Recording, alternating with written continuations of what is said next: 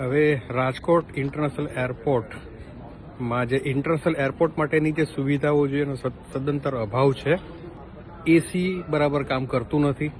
ઘણી રજૂઆતો પછી ચાર્જિંગ પોઈન્ટ્સ એક બે જગ્યાએ મૂક્યા છે.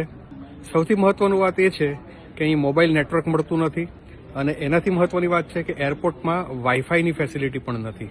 તો અહીંથી કોઈની સાથે કોમ્યુનિકેશન કરવું હોય તો કેટલું મુશ્કેલ બની શકે. જ્યારે આપણે ઇન્ટરનેશનલ એરપોર્ટની વાત કરીએ છીએ ત્યારે એમાં કેટલી બધી સુવિધાઓ હોઈ શકે છે અને હોવી જોઈએ. અહીંયા ખાણીપીણી માટે પણ ઘણી તકલીફ છે.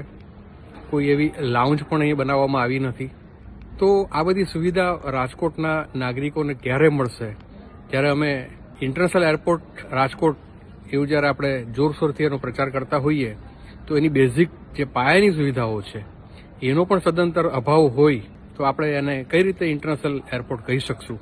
અને નાગરિક તરીકે અને એક પેસેન્જર તરીકે જ્યારે આપણે કમ્પ્લીટ એરફેર ચૂકવતા હોઈએ ત્યારે તમને વાઈફાઈ, મોબાઈલ નેટવર્ક ના મળે, એસી બરાબર ચાલુ ના હોય તો આ બધી તકલીફો એરપોર્ટ ઓથોરિટી ઓફ ઇન્ડિયાને હું આ મેસેજ દ્વારા આપ સૌ કન્વે કરી દેજો કે વહેલામાં વહેલી તકે રાજકોટ એરપોર્ટની જે ખૂટતી કડીઓ છે, જે ખૂટતી સુવિધાઓ છે એ સત્વરે અહીં ઉપલબ્ધ કરાવે.